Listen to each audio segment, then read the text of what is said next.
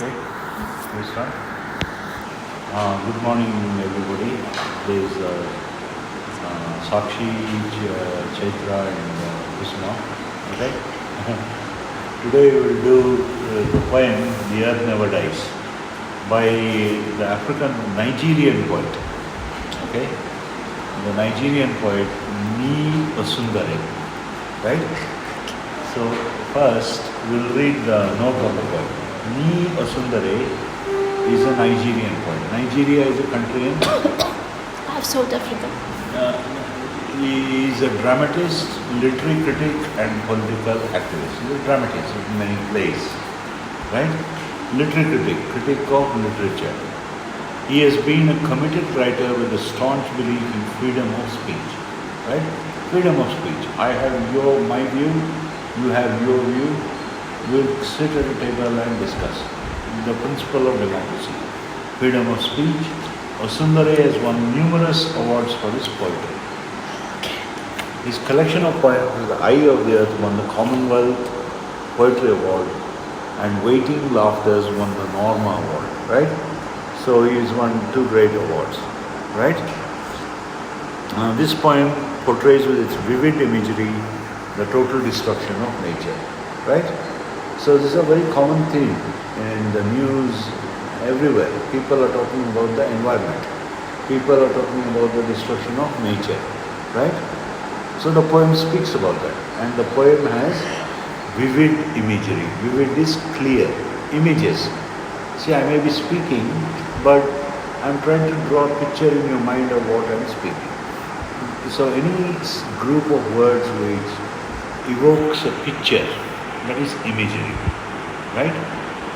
So, the poem portrays with its vivid imagery the total destruction of nature, right? In his quest for supremacy and insatiable greed for material acquisition, man has dealt an axe blow to ecology. Ecology is nothing but the science of the environment, right? And man has dealt it's an axe blow. Like you take an axe and you chop down a tree. Man has dealt an axe blow to the earth, right? Why? Why has he done this? In his quest for supremacy. See, there are so many creatures on earth. Many of them are stronger than man. But man has overcome the apes which are 10 times stronger than each individual man. Yeah. Man has overcome the elephants, man has overcome the lions, which can rip people to shreds. So it's a quest, it's a search for supremacy, right? He's overcome all forms of other creation. So it's a quest or a search for supremacy and insatiable greed. See, I have this comfort, I want more comforts. I have this food, I want more food, richer food, more delicious food. I want my coffee to be imported from Colombia. I want my sweets to be imported from Turkey, right? I want my clothes to be from Japan. I want my shoes to be imported from England. Insatiable greed. Insatiable is that which cannot be satiated or met. It cannot satisfy the greed. He's got an insatiable greed. That's why he's dug into the earth, he's polluted the air, he's populated all areas of the earth, including the Arctic and he's insatiable greed, right? And quest for supremacy. So he's dealt an axe blow to ecology. Will the earth survive this onslaught by irrational man? Irrational. See, it's not rational. If I were to chop down all the trees and build buildings, where will I get the air from? If I were to discharge my effluents, that is from the factories, no doubt I am living comfortably from the income from my factories. But if I were to discharge the effluents, that's the wastewater, into the rivers, where will I get water from? If my factory gives off a lot of smoke, where will I get air? Air, water, food, sunlight, right? It's irrational. In a way, he's chopping at the branch on which he's sitting on, like Kalidasa. You know, Kalidasa he chopped down the branch and he's sitting on one end, he's chopping the branch. Okay, it's irrational. Right? Okay, sir, is Kalidasa chopping the branches No, before he became the poet. before he became the Before poet? he married the princess, he was Bad. retarded. He didn't have that much brains. Okay, retired. So- Oh, good. I got it. Kavirata Kalidasa movie, Yeah. right? Then he became poet, right? Yeah, So he after married marrying the the princess, princess, yeah, I and also the did. princess says, "Go and meet the goddess Kali." She will Yeah, come." Kali, he prayed Kali and he She wrote wrote the some Om on his then he will forget Then he everything. became like he held forth on all subjects under the sun. He will Became a forget, doctor. right, sir? He will forget her wife. Later Yeah, on, yeah. she will Then- come. then She later will then come he- to find her, right, sir? Find him. Yeah. She will come to find him. Yeah. So you see, it's like Kali. You see, man is irrational. Will the earth survive this onslaught by irrational? See, this onslaught is an attack by man. Will the earth survive? That's what the poet is asking. The poem in the beginning is depressingly bleak. It's very bleak. Bleak means dark. Blink, sir. Bleak is dark, it's somber, serious. Okay. Depressingly, see, no need for so much seriousness. Right? So, the poem in the beginning is depressingly bleak in its depiction of contemporary reality. Contemporary reality, whatever goes on. Contemporary means of its present time. The realities of the present time. About the environment. In his depiction, in his in his drawing of contemporary, but ends with a note of optimism. Optimism is still there's hope. Oh yeah, Ashavati. Ashawad, yes. Pessimist is Nirashavati. Nirashawad, yes. So, That I know. Nirashawadi in the Shuruvagi, Ashawadi. Pessimist to optimist.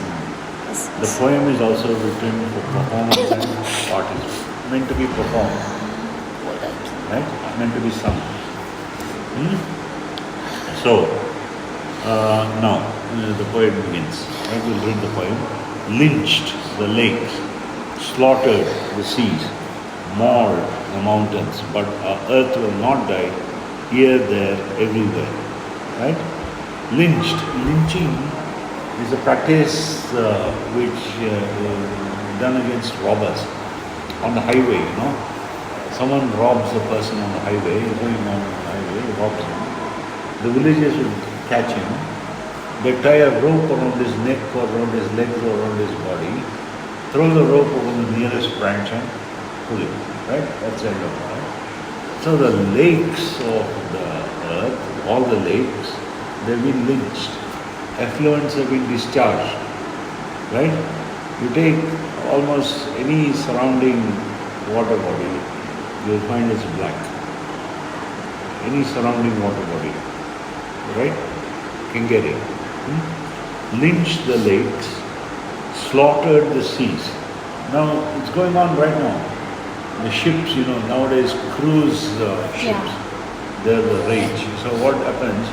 People go on cruises. Those cruise ships, they're huge, the size of this road, right?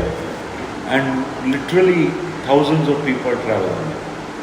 Now each of those people has a plastic water bottle, he has a plastic food packet, just throws it, right? So how much plastic waste? The whales come, they come from the depths of the ocean, they ingest this plastic. Their internal organs are crushed. Okay, they're suffocated.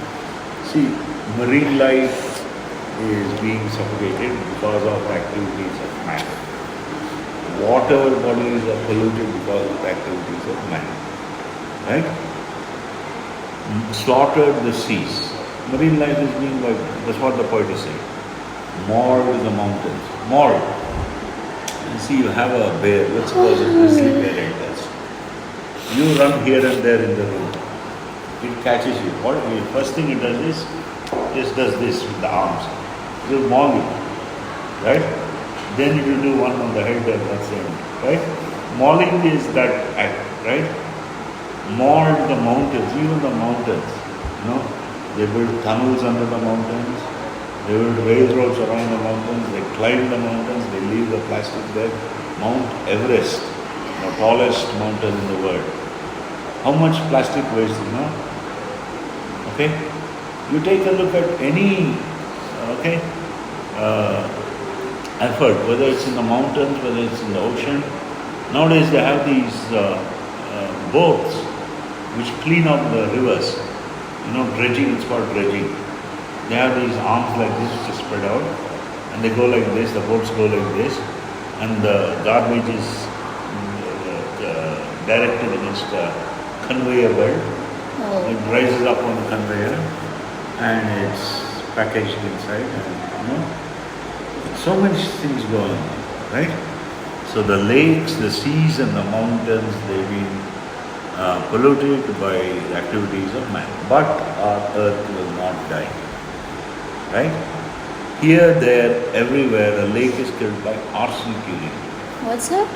Arsenic urine from the bladder of profit factories. A poison stream staggers down the hill. See, what is this arsenic? Arsenic is a poison. Where do you find poison? See, these chemical factories, you see, all cities, they were actually built on the rivers. Because these rivers, they were the roads in which people could travel. Before there were forests, on this side there were forests.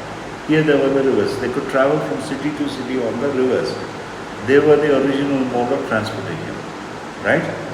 As the roads improved, as cities were connected by roads, these water bodies lost their importance, rivers, lakes, things like that. So they built factories in the cities, right? And these factories have effluents, arsenic, poison, chemical factories, right? So what happens? Here, there, everywhere, and a lake is killed by arsenic urine. It discharges into the lake. Lake, the only way of escape from the water is evaporation. It evaporates not out. There's no inlet. Inlet to the lake is also has factories. The water comes into the lake from factories. It gathers, it concentrates in the lake, full of poison. No marine life. A lake is killed by arsenic urine from the bladder of profit factory. No, the factory owner is making a pile of money, a ton of money. But at the same time, he is taking away the water supply for the people. Right? A poison stream staggers down the hills. How does water flow? Water flows from top to bottom. It never flows from bottom to top. So all these rivers, all the water flow, it goes down the hills. But it's all poison. They're all poison, right? Coughing chaos in the sickly sea. Finally, the river enters the sea. Sea becomes sickly. What's Right? the sea becomes? Sickly. All rivers, Sickly. enter, discharge into the sea. Right? Even the Ganga, the Yamuna, or whatever is going to the sea. So the sea becomes sickly. The wailing wail. Wail is a sound. Sound, you see, wail is a sound made by, like if a person were to be hurt, that is a wail. The whale is wailing, belly up like a frying fish. You have a fish which is frying on the tawa. These whales, they eat all that poison, they drink all that poison. Then they become belly up. They go like this on the water. Right? Belly up like a frying fish. Belly is the stomach. The stomach will point towards the sky. Okay? Crest the chilling swan song of parting water. A swan song is a song sung by a swan just before it dies. It swings the song and drops. Right? So the parting waters, the waters of the ocean which are parting, which are waves, this whale is showing that it's singing the swan song of the oceans. Okay? But our earth will not die. That's the conclusion of the poem. Okay? Who lynched the lakes? Who is responsible? Is it one person? Is it one factory? So it is mankind with M capital. Mankind. Who lynched the lakes? Who? Who slaughtered the seas? Who? Is it one man? Is it one country? Who slaughtered the seas? Who? Whoever gnawed the mountains, whoever. Right? Our earth will not die. And the rain falls. Acid on boarding forest. See, you have a factory in America, right? It's discharging a lot of smoke into the atmosphere, lots of poisonous gases. Nowadays it's different, there are all sorts of controls. But in the old days, what they used to do was, the smoke used to go straight up from the factories. It goes into the atmosphere, concentrates in the clouds. All these poisonous chemicals, they concentrate in the clouds. They're blown by the winds to Europe, they're blown to Asia. And there they rain. What sort of rain will come out of those poison clouds? Acid rain. Acid means it's actually acidic. Right? So, the rain falls acid on boarding forest. The forests have also been leveled for wood to make matchsticks. The trees have been cut down to make matchsticks. Right? On boarding forests, the branches amputated by the septic daggers of tainted clouds. Septic is acidic. Dagger is a knife. Each drop of water of acid rain that falls from the sky is like a septic dagger from tainted. Tainted is made impure. See, pure water is got by pure clouds. But all these poisonous clouds from the factories in the different parts of the world, you get acid rain in one part of the world because of some activity going on in another part. Yeah. Right? So all these forests, once the acid rain falls on the leaves, they just shrivel. Right? Their branches amputated. Amputated means cut off. Right? By the septic daggers of painted clouds. Weeping willows drip mercury tears. So that is actually a type of wood. Willow is a type of wood. It's called a weeping willow because of the sound it makes, the wind makes. Right? Weeping willows drip mercury tears. Mercury is a poison. Discharged from a factory. Right? Discharged from a factory. Mercury discharging from the factory is poison, but the real mercury is a poison, sir. No, it also goes up in the form of vapor, mercury vapor. Okay, mercury belongs to Buddha, right, sir? Mercury. Buddha. Not Buddha. I don't know, maybe. Mercurial means very active, not sitting quietly. Yeah, it won't come to anybody's hand like this. No, that is an adjective. Temperature, in the temperature Yeah, testing, right. mercury they will. It will immediately show the rising temperature. Yeah. That is mercurial. That mercury is actually poison. But how is it manufactured? In the factories, right? It goes up into the atmosphere, it's discharged into the rivers. Weeping willows drip mercury tears in the eye of storming terrains. Terrain is a landscape. It can be a mountain, it can be a plain, it can be a valley, it can be a hill. Terrain. All the land on the earth is sobbing, crying, according to the poet. The nuclear sun rises like a funeral ball, reducing man and meadow to dust and dirt. Nuclear sun. Nuclear reactions are going on in the sun. Hydrogen is being converted into helium, lot of it. Finally, nuclear power is actually dangerous. Radioactivity. After all of man's activities will have been completed, right? Then what will happen? A nuclear sun will rise like a funeral ball. In a funeral you have some light, right? Funeral ball, reducing man and meadow to dust and dirt. Man and meadow. Nowadays we have so many meadows. Meadows are fields. Man will be reduced to dust and dirt, fields and grass and trees and all living creatures will be reduced to dust and dirt. Right? But our earth will not die. Right? In spite of all this, the poet says, but our earth will not die. Fishes have died in the waters. Right? Fishes have died in the waters. Fishes. Birds have died in the trees. Birds. Rabbits have died in the burrows. The under the ground, the rabbit lives in the, rabbits have died in their burrows, rabbits. Our earth will see again washed by a new rain. So after all life has gone, what will happen? Nature will reclaim. Nature cannot be suppressed. You can keep on polluting her, but she will reclaim. More, once you think you finish, it will again new life, give rise to new life. You see, it's like this. You have some village, some villages are abandoned. Yeah. Once there was center of human activities. People used to go and trade and do this and so many things. All human activities, marriages, festivals, school, college, everything is going on. They abandoned for some reason. The trees will grow. Through the houses will grow. The grass will grow on the roads. Nature will reclaim. Right? Our earth will see again eyes washed by a new rain. So after all the acidy rain, after all the rain will fall as pure as ever. Right? The westering sun will again resplendent like a new coin.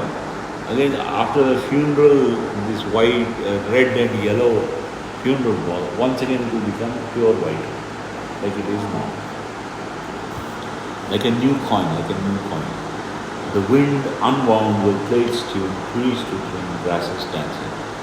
The wind unwound. Now the wind is wound. Wound means like a spring, you wind up a spring. The wind cannot blow freely. Why? Because of the buildings in the cities. Will stop. Once everything has been flattened, the wind will roar. It will become unwound. It will play its tune.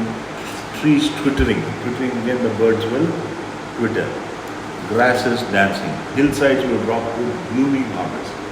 Flowers, trees, grass, crops, everything, right? Blooming harvest.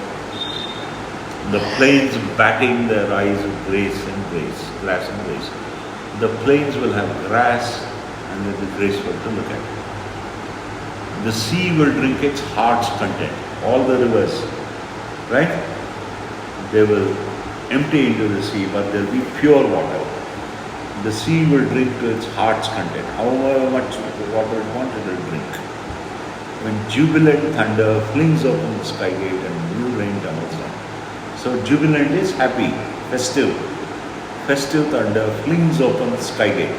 When it pours, torrential downpour, opens the sky gate and the new rain tumbles down in drums of joy. Earth will see again this earth, our earth. Right? So that's how the poet ends on a note of optimism. Right? Okay? So this is a poem about the environment. In fact, a question has been asked. You've traveled, right? You've traveled. You've gone from north to south, east to west, and you watched many videos, right? What do you see on those journeys? No, you don't see cities all the time. You see grass, you see fields, you see mountains, you see the sunlight, right? Here and there on YouTube or some other media, social media, you see the icebergs falling. You see this volcano, right? Here, one or two videos. But in real life, it's been asked, what do you see on your journeys from north to south, east to west of the country? You see, the environment has not been destroyed except where? In the cities, right? Near the city, right? So you can compare, right? What do you know, what do you see with what one is, right? So at least one thinker has called this science of environmentalism exceedingly depressing. Who is that thinker, Chitra? Poet. No, it's Nietzsche. Sir? Right? Nietzsche. Nietzsche is? I'll tell you. Okay, Nietzsche is a philosopher. A great thing. Nietzsche is the name of the philosopher. And he calls this science of environment, theory of the environment, exceedingly depressing. Okay? So you can verify it by yourself, right? Except, where man has broken ground in the city. There's no, okay? So, thank you.